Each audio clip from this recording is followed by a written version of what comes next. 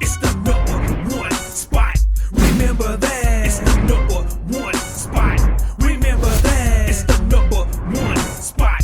Remember that. If you at the #2, nobody remember you. It's the #1 spot. What's poppin', crackin', shaking, baby? It's your boy Q.U.E from the award-winning #1 spot, man. Hey, it's definitely an honor and a pleasure, man, to introduce my next guest, man. She does it all, man. She sings, she acts, man. She does poetry, man. She puts on showcases, man. Hosts, everything. You know what I'm talking about? We got the one and only, the very talented Mecca in the building, aka M3cca. Look, it came up. Already, how you doing? I'm good. Already, it's definitely an honor and pleasure to have you. How you feeling today? I'm feeling good. This beautiful Sunday. We in a new year. Already, 2024 in the building. Fresh. You know, it technically is not really the new year, but Yeah. you know. So what you mean by that? What you mean by that? Well, Break that down. because, you know, they usually say the new year really starts during the springtime because that's when everything is blooming. Okay. You know? Yeah. And then even in some cultures like Ethiopia, like they not even quote unquote really in year 2024. They have a different calendar and their new year starts around in like September, I think. Gotcha. Oh Yeah. shit, I gotta do my research on that. I'm sleeping. Yeah. So do you believe in like, I guess like New Year resolutions and all that? Or, Yeah. Yeah. I do, but I also believe, like, you know, I don't know. It's like everything is happening simultaneously. Absolutely. So it's like, at the end of the day, like, we have these New Year's resolutions, but like also like, you know, you should be constantly dreaming up things and constantly manifesting for the future. Absolutely. You know. That's kind of how I am with it too. It's like you already should, you know, like they say, you already clapping, you know, already going into the new year, doing whatever it is that you know, that's true. you're inspired to do.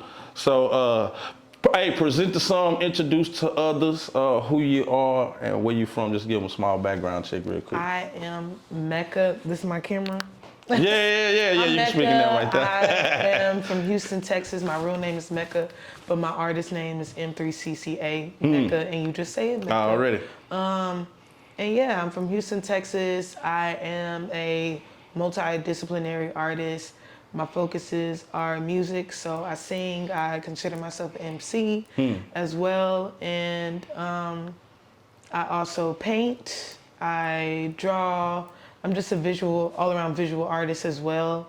I can make clothes. I can do a lot of different things, and I like to intertwine all of that with just my artistic world. I look at myself as an artist, and I'm just creating creative worlds. Absolutely. Behind all of my talents, so Yeah. that's who I am. Absolutely. I forgot about that. Cold on the painting too, man. Cold on the painting. So what you said? A disciplinary? Multidisciplinary. What is a multidisciplinary artist? So you look at art as like a discipline. Any type of medium of art, meaning any type of section of art. In my opinion, it is a discipline, and that's why they call it, you know, multidisciplinary, meaning that you are like a multi-hyphenate, like there's multiple different artistic things that you do. Absolutely. That's pretty deep. And you utilize, you know, several, if not all of those, and like within the music, like you'll have your art in the background, you know, stuff like that. Maybe something that you made in the background, also like you make the pillows, you know, stuff like that. Yeah. I just did a show. I received a grant last year through the Houston Art Alliance. Okay, dope. And with that grant, I was able to bring forth an idea I've had for a long time.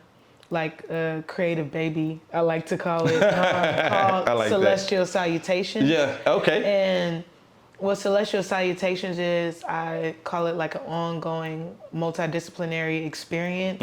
I combine my music with my visual art and just creating like an experience, a space, whether it be a workshop, whether it be a performance, whether it be some type of gathering. I am That's what celestial salutations is. So I did like a few workshops. I did two with like a kid, like a youth program. Gotcha. So I did Gotcha. one with the EEDC.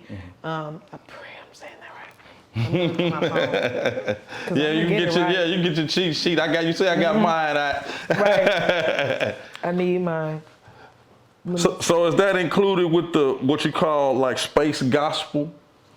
Yeah. Or is that okay, got you. Yeah, it's the EEDC, and they had a spring break program, art program, and so I came and did like a lesson with them, which was kind of like a workshop, and it was creating your own symbol, and the kids learned about Adinkra symbols, which is a Akron art form that is like for usually it's symbols that they create for funerals, and they create these symbols. These symbols have been created, and they're, it's a historical and cultural practice that they have, and all these symbols mean something very important that might tie into the life that somebody that passed had. Like there's symbols for being like like being in the military, or a symbol for being like kind of like a queenly figure or something like that. Motherly. There's so many different symbols. And there's a way I can look that up. Yeah, so I can check it it's out. like a Ghanaian like art form, like it's from Ghana. You can type it in then real quick. I just want to give you an idea of what it what that looks like.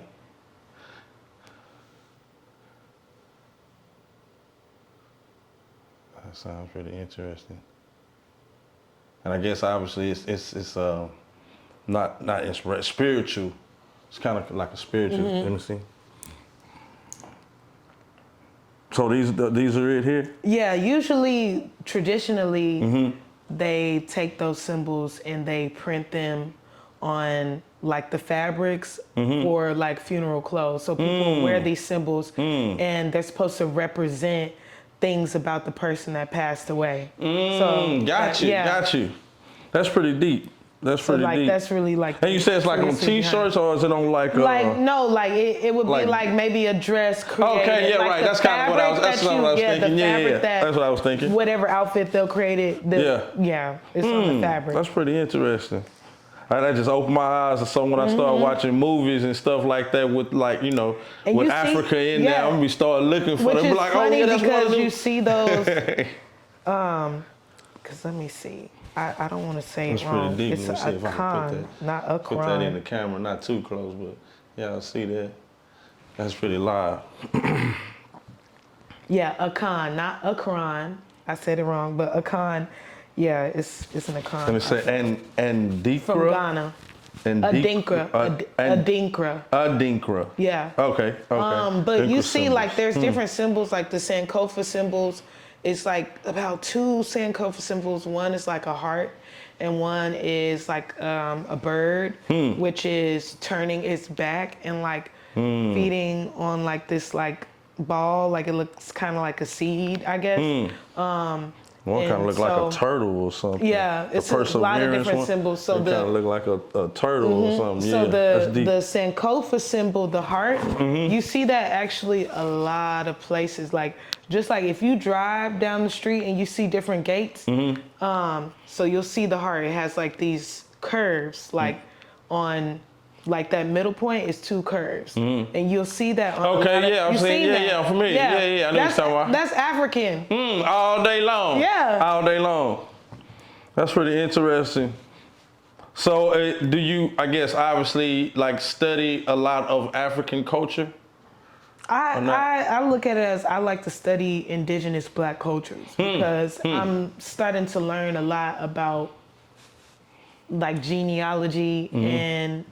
Like from a lot of my friends and even like my mom and some of her friends, they're really into genealogy and just listening to what they speak about, actually looking at the history of your family, not necessarily the DNA because, Yeah. For me, that's a whole nother can of it's worms a whole right nother, right. But looking at like the documents, like what these people are documented as, and then a lot of people have started to realize that a lot of their families were a part of these Native American tribes as well. Right. So, which is that I feel like that has a lot of hidden history, and a lot of people don't understand that, you know, a lot of us were here already. Yeah, absolutely. I was overhearing some elders talk the other day, and they're on the same wavelength as me. Yeah. And they were like, I was just overhearing. He was like, yeah, because like they don't even know that here was a part of Africa before, you know, like with the Pangea and stuff. I'm like, exactly, like, but that shows that melanated people have been everywhere, because it's melanated people that originated from a lot of different places, and a lot of people don't know that or don't realize that, you know. So I feel like at this point I'm just like really interested in Black indigenous cultures around the world and just learning about it, because at the end of the day, I do feel like everything kind of just goes back to that. We're some of the first people in general. Yeah. And, you know, I do feel like I personally have some African roots, but I also do feel like I definitely have some Native roots. Absolutely. But that original, the original Native roots, because, you know, I have a great grandmother who was my skin tone, but like she was Native American. So it's like, you know, but a lot of people were just, you know, taken and documented as Negroes. So right. Exactly. Whatever, like, and enslaved as well. So it's just a lot. It's a lot of the history of Black folks in general, especially in America, is so conjumbled and confusing. And absolutely. I think that's all a part of the tactic. Absolutely. You know? Now, because like even some people say like we you know, indigenous to this land. Exactly, you know that's what I'm saying. Yeah. So it's like, you know, trying to make it think like we and I don't came say from native somewhere else. Because I'm learning. Yeah. They say, don't say native, say Indians. I'm like, okay. Yeah. But I feel like we are just, you know, I'm just learning. Yeah. I know that my people are indigenous. Yeah, already. We've been here. Already. We've been here like we've been everywhere. My cuz actually had made a good point. I mean, this was like years ago, but I think he was studying in Islam and stuff like that, but he had just broke it down to the basic. He was like black, the color itself is composed of all the other colors. You know what I'm saying? It's like you can't get another color out of white. You know what I'm saying? Or any other color. It's like black hat, you know, it's all the colors. So you feel me? So we was the original and everybody else came out. No, for real. That's true. Yeah. It is. So that's pretty deep. So would you do you think I guess like ancestry.com and stuff like that, you think that's pretty accurate, like I've heard of using that. I've definitely heard people saying that that's helped them a lot. I'm gonna look into that more. Yeah, I actually like to look into that one more. I actually heard about another, I think it's called Family Tree or something like that. It's free for the most part. Okay. So it's a little bit different. I think you have to pay with Ancestry, but as you put in, you know, like your mother, father, grandmother, grandfather, like that, those documents they start. Yeah, exactly. So they start to reveal more and more information about. Yeah. So I think I thought that was pretty interesting. So so break that down to us. I was just interested. What is space gospel exactly? Space gospel was one of the engineer for my first project, Fruit Tape. Okay. I won't even say it's not my first project. I like you expand on that too. Fruit Tape. I like that. I like that. But anyway, go ahead. But he came up with that. That kind of like moniker because you say who? You say he? He. His name is Donnie Domino. Oh, okay. Gotcha. He was the recording engineer and person that mixed the project, and he came up kind of with that moniker for just like kind of describing what my music is. Yeah. And that's he was interviewed in the Dallas Observer, and that's what he told him. So I kind of stuck with that. Yeah, that's cool. I appreciate him for that. That's cool, because your music does definitely have It's just feel good music, Thank know. you. Yeah, it's like it makes you feel good all over. You know, it hits you everywhere. I appreciate that. Also, I noticed that you use. Well, I see you use the number 3 several times throughout in your name, and then you had used it in one of your projects. I don't know if you use it in more stuff, but is it like a significance or a meaning for using the 3? Or? You know, I initially, when I started using the number 3, I was like, well, third eye chakra, you know, was kind of like what I was referring to.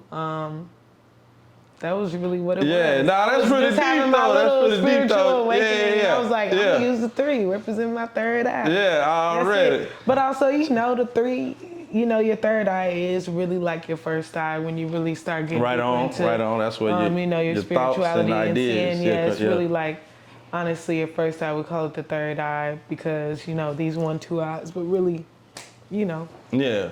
That's the first. That's where all the ideas and everything started. Exactly. Yeah. Without a doubt, man. If y'all just not tuning in, man, we are in the building right now, man, with the very talented Mecca right now, M3cca. So, what actually came first? Did you get into like the painting and stuff like that first, and then the music, or vice versa? It's all something that's just been simultaneous in my life. You know, like I was singing before I was really speaking full sentences. I need to get those videos. My auntie was talking about it yesterday. She was like, "Girl, I got so many videos of you, a baby, singing." I was like, I need that. Wow. And drawing, I've always drawn, you know, ever since I was little. My dad's an artist, so I think it's just something that's came naturally to me, drawing. So drawing and singing. After, like, singing for me, though, was something I did for a long time privately. Or I was singing, like, the children's choir or something at church, something like that. Or choir at school. But, like, once I got to middle school, I was like, well, I'm going to, like, do the talent show or things like that. I did the talent show. Then, like, by high school, like, yeah, I was in, like, choirs at church. High school, I started doing competition choir. Like choral choir. Wow. And then my senior year was when my parents figured out I could really sing. Like, they knew I could sing, but, like, like I sang, if you ever heard of 4 Women by Nina Simone, they redid it. Oh, okay. They redid it on, like, Black Girls Rock with Lettucey and okay. Marsha Ambrosius, I think Kelly Price, and I think Fantasia did it too. And we were singing it for, like, a Black History program my senior year. And I did the Lettucey part. Lettucey was Peaches. I did the Peaches part. Okay. And my parents were like, we were blown away. We couldn't believe you singing like that. Man, that is awesome. Oh, wow, okay. That is awesome. Talking about killing, man. Like, our daughter is killing it right now. Do you hear this? That's what my mama said the other day. She was like, I couldn't believe it. I was like, wow, that's so funny. Man, that is so awesome. That's so awesome. So at what point, I guess, made you, like, just George Bush the button and be like, shoot, I'm just gonna do this as a career. I'm gonna step out and go on. I mean, really, college, I was like, this is what I want to do. I went to UNT and I was in the art program. I started off as fashion design and that's North Texas? Yeah. Okay. University of North Texas. And where is that, like, located in parts of Texas? For that's people that a little bit outside of Dallas. Oh, okay. Yeah, north of Dallas. I got you. And so I was in the fashion design program for like 2 years. And then I switched my major to interdisciplinary and design studies, just like a generic little art major, because I was just like, forget it. I'm just trying to graduate at this point. I really was not. I was over school. Like, while I was in school, I was like, well, I just want to do my music. Yeah, I right. was really like Right. in the city, like trying to pursue it. Like I was like, forget y'all, I'm going to class. Like, I'm barely going to class at some points. Like I'm like, hey, let me get it together. Let me do my work. Oh man, okay, let me buckle down. I'm just trying But to your graduate. interest is, you know, it be like that sometimes though. Yeah. You know, now parts of me be like, dang, I kind of want to go back and get my master's. Yeah. It's never too late. It is, yeah. It's never too late. But it's never too late to go back to school. Shoot. Yeah, You yeah. know, I don't think they're getting rid of colleges. I know, right? Anytime now. For real. You know, if they start to, I'm like, well, it might not even be the point when they start trying to get rid of colleges. But Yeah. at this point, they not. So. Nah, for sure. Nah, without a doubt, I don't think I'll ever do that one. Like that wouldn't be a good idea. Their money. But just considering that though, because you've gotten so good at, I guess, doing music and performing. Thank you. And now you teach it also. No. No? Technology. Okay, I got you. Completely, yeah. Yeah. Because I have like graphic design experience, that's kind of why I kind of was able to like finagle my way into teaching technology. Oh, okay, I got you. It was like, oh, okay, you do something with the computer. So yeah, do I you know a little something about use, everything. I guess parts of your musical skill to teach your Kind of technology? I made a computer song. What? To teach my students about. Yeah. Okay, like the components of the computer and stuff like the that? CPU, the RAM. Yeah. That's cool. And like parts of me be like, when I stop teaching, like I low-key want to like sell lessons. Yeah, like, absolutely. Yeah, like go on Udemy or something like that. How they do like online classes and stuff like that. And really like, sell lesson plans. Yeah, exactly. People be buying lesson plans. Like, oh, exactly. Shoot, buy this. So I have to figure it out. Yeah. And just read how somebody else teach it. Yeah. I could do that because I feel like with what I do where I teach, I'm given a lot of leeway to be able to kind of create my own curriculum, which is pretty cool. So I can kind of pair different things in there that I would like to that kind of go with my interests.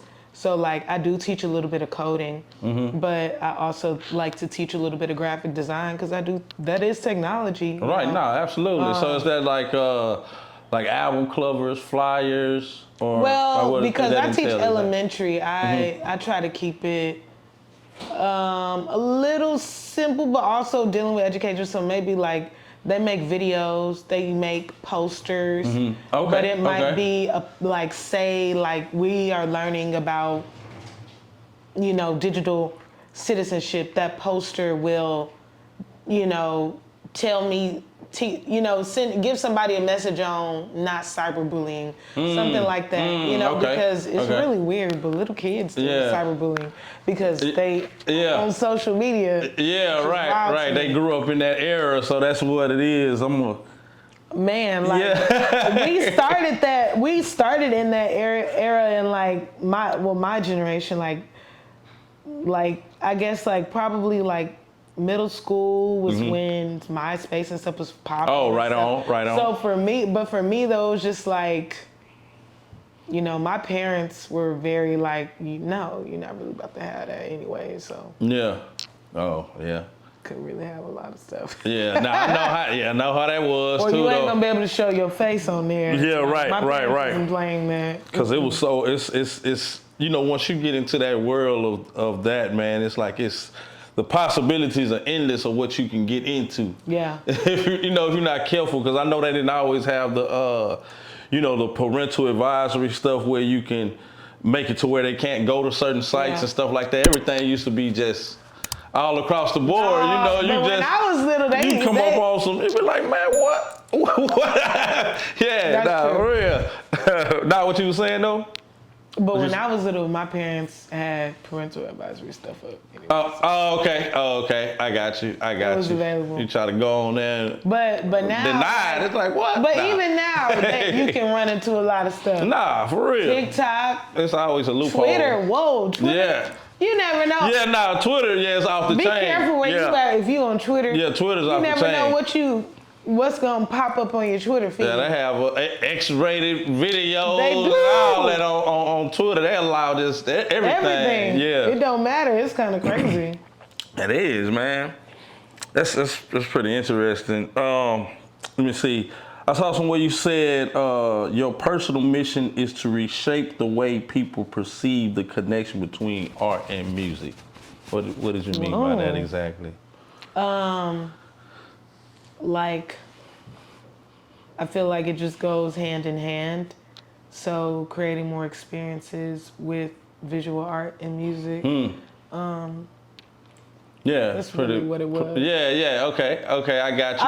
I be like, yeah. I be fancy with the words. No, that's pretty artistic though. I mean that was pretty correct because I'm thinking like maybe, you can grab people in certain ways by the way that you convey the music. It may not necessarily be the lyrics per se or the beats, or it may be just the visual of, you know what I mean? It's like people can gravitate like how towards I look at it, like with music now, music can be fine art,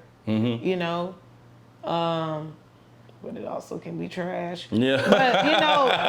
But in general, like music can be fine art and it can be a fine art experience. That's really how I also see it. Like it can be all put together.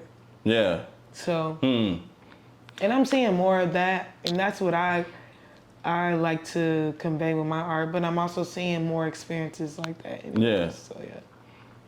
I got you. Hey, if y'all just not tuning in, man, we are in the building, man, with the very talented Mecca M3cca right now. I got to say that one. But I'm just, let me see. I'm just curious to know, okay, I got another, so it says you use the stage as your healing and spiritual outlet. So is it like it's tranquil for you? Like is it you know what I mean? Like as far as tranquility where you can release or escape? Yeah. I guess in a sense. Yeah. I would say that, and it's when I say spiritual, it's a release, Yeah. Being on the stage, you can just, what you're dealing with, you can work through it through the music, through the act of the art. You can work through it, whether it be through singing, whether it be through painting, you're working through it. It's like I feel like it's a physical release. Do you feel like you like turn crying. into a different person when you get on stage? Like, like I guess the Beyonce, Sasha Fierce type of deal? I mean, like, in a way, it's like more of an elevation of just, yourself. Not even just like being a different person, just showing, that different side of you, that expressive side of yourself. Yeah. I got you. Making it an art, a performance. Right. I got you. Well, that makes a lot of sense, though. That makes a lot of sense. So how would you, I guess, not really categorize, but how would you describe your music? I would say experimental is the basis. Well, this is how I really say it. It's the soul is the base. You know what I'm saying? I feel like in general, black music is soul, is blues. Yeah. So the soul is the base of it for me. Then, it's experimental, it's hip hop, it's R&B, and shoot, one day it might be jazz. Yeah. Some days it is jazz. It's all of that, but the basis of it is soul and experimental. Yeah. Because I don't want to just put myself in a box as an artist. Absolutely. Because I really just love music, so I want to be able to express myself as an artist in all forms. You might get a song and you might get a little bit of everything. Yeah. So I don't want to always put it in a box, but we live in a world where if you're a black artist, you can only do pretty much a few things. Either Right, you're doing R&B, they label you as R&B. Yeah, right. Yeah, like you said, they put you in the box. Yeah. Rap, hip hop, and that's it. Yeah. What else you got? Yeah. And if It's you like jazz, sometimes you almost got to create your own genre. Yeah. Like with a hybrid of different things. You know what I'm But saying? even when you do, they still pigeonhole you into something. Yeah, You know what I'm that is saying? true. Because certain artists like, SZA, like, I don't necessarily completely see SZA as an R&B artist. I feel like she's an alternative, maybe R&B, but really SZA is like, if SZA was a white girl, they would not be calling her music really R&B. Let's really be real. Like, they wouldn't be calling it R&B if she was a white woman. Yeah. It would probably be, indie. Yeah. Gotcha. Yeah. That's pretty interesting. Well, that's how it always is, though. They try to, like or you say. it might be pop. Yeah. If she was a white woman. So, Yeah. but because she's a black woman, it's R&B. Yeah. So with you, just speaking along them lines, is SZA like one of your inspirations, or who inspires you? Like, who did you come up on early on? It was like, I think SZA is dope. I would say though my personal inspirations are a lot of older artists. Okay. I really listen to a lot of older stuff more than anything. I listen to new stuff, but not as much as the old music. Right, for sure. That's what music was music back then. I really love like jazz. I love, funk music from the 70s. I love like, R&B in general. Yeah. I like bossa nova music. Like my best friend put me on a bossa nova music. Bossa nova. It's the Brazilian music, and it's a Brazilian style music, and it's beautiful. My best friend, she put me onto that years ago, and it's just I fell in love with it. I was like, oh, I see why you love this stuff. I see why you wake up to bossa it. nova. This hit. Like, it's beautiful. I like South African music. I love a Mapiano, but I'm saying like old school South. It's like the dance music. Oh, okay, got you. That they Okay, have got you. It's probably been around for a while, but I don't want to say have now. But I like their old school, like the old school South African music. I listen to a lot of that. I don't know. I just really got into that. There's some other like African music I listen to, like this artist from Mali. Salif Keita, I think it's the way you say his name. His music is beautiful. I like listening to music from like different cultures or like older music. And like, I listen to a lot of Earth, Wind and Fire. I listen to a lot of, Prince. Let me see, it's so many artists. Like, I listen to a lot of John Coltrane, like Thelonious Monk, like I listen to like just a lot of different genres of music and a lot of different, Where do you feel that comes from? Just being well-rounded to listen to all that, because like how it is. I get nowadays, a lot of youngsters, they just listen to one, type of music, or it's just rap or just this. But for you to be open-minded to listen to all those different types of I think when I was young, like already like the type of music my parents listened to, like I grew up on like, hip hop, R&B, old school, R&B, old school funk, and a little bit of jazz. My grandparents loved the blues. So I think it's just kind of like the type of music I grew up listening to. And the type of like hip hop my parents played. So my parents would play a lot of Mos Def. Okay, gotcha. We listened to a lot of like Black Conscious. Star, a lot of Talib Kweli. Right on. Your Common. Yeah.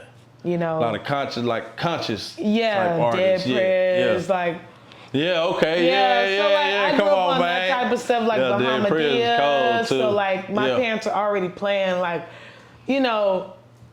certain type of music that I still bucking the system. Yeah, that was really no, we won't go. For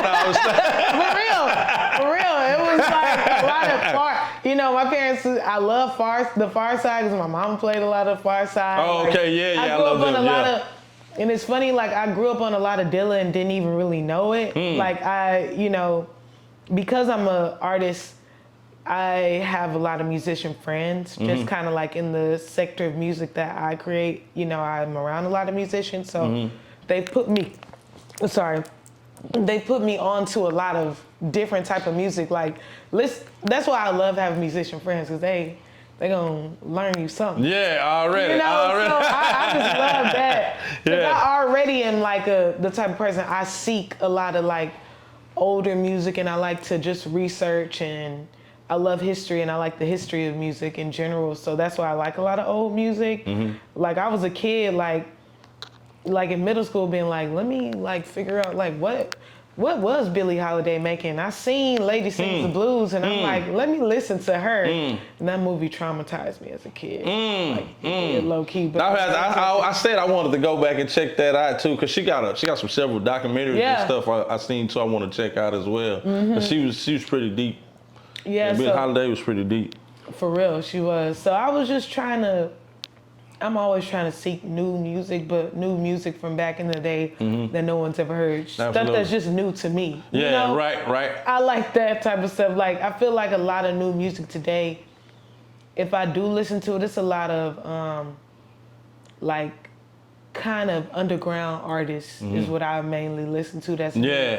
So it's like, when people be like, it ain't no good rap out, I be like, I know some good rap. I don't know what y'all talking about. Nah, for real. I know some good rap. I know some good R&B. It might not be mainstream, but it's a lot of dope artists. That's what I always say, that's why y'all need to too. give some new stuff a chance. Yeah, exactly. You know? That's what I always say. But the underground stuff, y'all trying to look for stuff that's mainstream, you getting disappointed. Yeah, for real. Because everybody pretty much copying out this person and copying out this person. Yeah, so everything sounding pretty much the same. But yeah, that's what I always say. Like, people ask me in interviews, you know, who are some of your favorite artists you listening to now? And it be a lot of the people that I know. Right. You know what I'm saying? Just underground artists of people that I know. That's for real, that's really what it is for me. It's it's just people that I know or have encountered being in the music scene. I'm like, I know some good rap and I listen to it. I don't know about y'all. Y'all keep on trying to listen to the radio. Trying to go back to 97. Nothing against 97 nothing now. Nothing against 97 now. But it's like y'all trying to, because you know, they get paid to play a certain rotation of music, and you're going to hear it every hour on the hour. You know what I'm talking about? But, man, right before we get up out of here, though, I'm curious to know, do you remember your first performance? Like your very, very first performance. My very first performance. I guess first performance, I guess since you kind of, so you say, was it Fruit Tape? Was that your very first tape, or you say you had projects prior to it? I had one prior to it, but it wasn't like one that I So I guess your first on stage experience performing some of your music? Yeah. Whoa. Think about that. That's I know, right? That's pretty deep. To sit you down memory lane real quick. You're like, Damn. I know, right? I'll tell you, I've had a lot of performances when I really think about that, and that's a blessing to absolutely, say, yeah, for you know sure, what I'm saying? For sure. And won awards and stuff. I saw. Right. That's super I've done a lot. Like I really have to give myself that credit. And sometimes, you know, you sit back and you don't think you've done enough, but I've really done a lot. Damn. Well, I guess what I'm getting to is just considering, you know, I guess learning through those performances and stuff. You know what? To do what I can tell you, I don't know. This is not my first performance, but I'll tell you, this is my first time really singing this song. So my first song was called Photosynthesis. Like photosynthesis, I'm giving up on you. And so okay. I sang it at this really hood little club in Dallas. They used to, what was it? It wasn't Rip the Mic. It was something. It was some competition. It might have been Rip the Mic. But it was some competition that they were having. It was like, you get $500 if you win. So I came there that night and I was like, I'm I'm about to gonna hit win this this song. $500. And I don't know if I did that song a cappella. I don't even remember. I did it with my machine, but I ended up winning that night. Yeah, And it was so serious. funny. I wasn't. It was so many rappers, and everybody sounded the same, anyways. And I could have ran circles around them. Yeah, rapping too. easy. But you know, I sang, and niggas was hating. They was like, "Oh man, she won because she sang." Oh She won man, 'cause come she on, sang." man. Come I on. was like, I was thinking man, outside the box on if y'all. I was Yeah. spitting too, nigga, Yeah. I would have Hey, won because kid, I y'all. was Yeah, spitting. What are straight you up. talking about? But it was so many dudes hating. Even it was a dude I was like dating kind of at the time, and he had competed too, and he was talking shit too. I was like, oh, that's crazy, man. But that lesson then, I was like, niggas be hating on bitches. Yeah. Rico Nasty was right, and I had been saying that for years. Niggas be hating on bitches. So do you I'm feel not it? no bitch though. Yeah, but I know Like what you. that, I but know you what you're know, saying though. I know what you you're saying, niggas but be just hating on women. it being I guess a male-driven industry, Yeah, it's it makes sad. it kind of difficult on females when they trying to. Yeah. So I guess obviously you still feel it's kind of like that in these days and times. It I feel is. like females have to work like extra hard to try I feel to. like if you want to be taken seriously, Yeah. you have to work extra hard. If you know, just because I feel like there's some people, and honestly, it's the industry in general. It's not really just with just women, because there's men that sell their ass too. Yeah, in right, order right to on, get an right on. opportunity, Which is you know, crazy. and it don't matter if they're selling it to a man or woman. It's just people out here in general are selling themselves and selling their bodies and their attractiveness in order to get what they Trying to want. do anything. And I'm not even saying that from judgment, because some people feel like they have to do that. You know, so I really don't want to even sound like I'm judging, but there's some people that feel like they have to, you know, Yeah. because and I understand where people come from. 'Cause Yeah. it's That's crazy. it's a That's very crazy. scary industry to be in, because Yeah. you know, people think that because you're an artist automatically you're making money, and Right, so right. they feel like they don't have to pay you for stuff. They feel like Right. and it's Exactly. like, Obligated. it's like, yeah. do you not understand that being an artist is very expensive? Man, for like real. any For type real. of art, it's The expensive. artist pays the price all day. Yeah, Like the artist pays it's the price. expensive. Like, So I yeah. think a lot of people, because of that hunger of wanting to make it, like they compromise themselves. You know, but for me personally, I feel like if anybody's trying to do anything with integrity, you're gonna have to work a little bit harder. Absolutely. And I don't even want to say hard. You're just gonna have to, you know. Yeah. There's just some Just opportunities. stay focused and stick to there's just some opportunities that you're not gonna understand at the moment. Right. Why they're not for you and why you're not getting it, but then you realize afterwards, you're like, oh yeah. I see why. I'm glad I didn't Makes sense. take that route. Right. Like Cat Williams was Glad saying. that they said no. Glad that they said no, because I realized Yeah. that they probably own some. Yeah, on some other stuff. Yeah, that Yeah. I don't even want to be associated with that. Yeah. You start to realize Nah, with a for lot real. of things, Like, you'll be like, whoa. You know, you want to keep your integrity in what it is you're doing. Like you say, you don't want to be, you know, sitting on the couch, you know, drinking the Kool-Aid, you know, going to, you know what I mean? I ain't going to put nobody out there, but going to these different parties and stuff like that. And you know what I'm talking about? Like, on some crazy stuff. But I like asking this question. I usually get some pretty interesting answers. Considering everything that you've been through, everything that you learn, you know, steady learning every day, veteran in the game, what would you tell a younger M3s?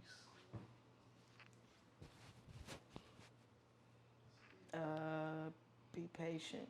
Hmm. But also just create sometimes. And you don't always have to create to present something to the world. Just create, and don't judge your process. However long it takes or however short it may take, don't judge any part like of the that. process. Yeah. You know what I'm saying? Don't psych yourself out because you did something good in Right, 30 right. minutes, but also don't psych yourself out because it's taking a Right, little longer. right. Don't 'Cause, you know, be sometimes, too yeah. over the top or too low on yourself if things Yeah. don't go right, but just keep that.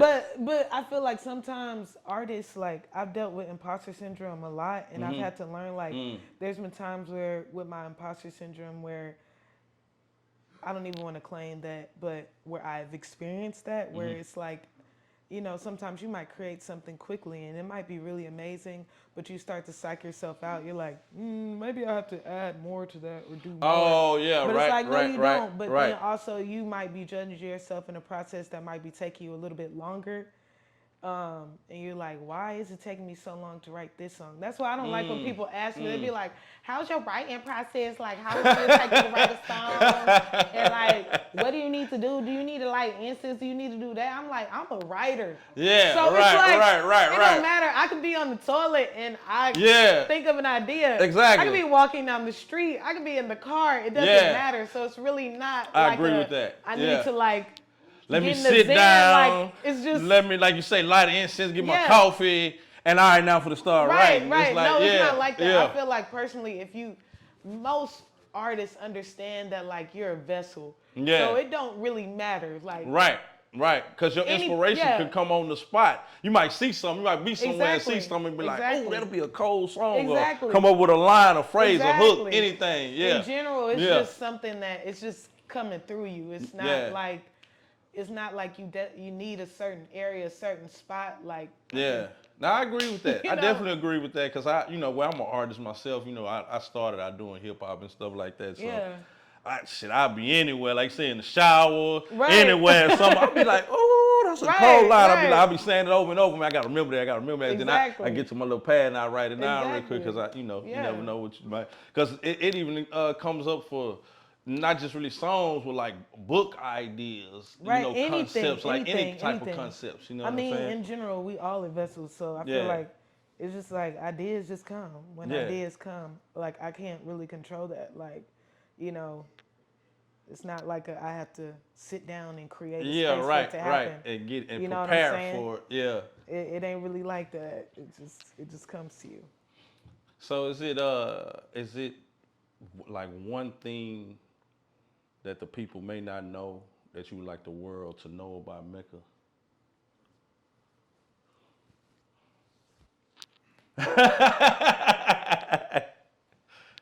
One thing I need people to know about Mecca is Mecca is a history maker. And you just don't know it yet, but you will. And you'll be like, what? She said it. Okay?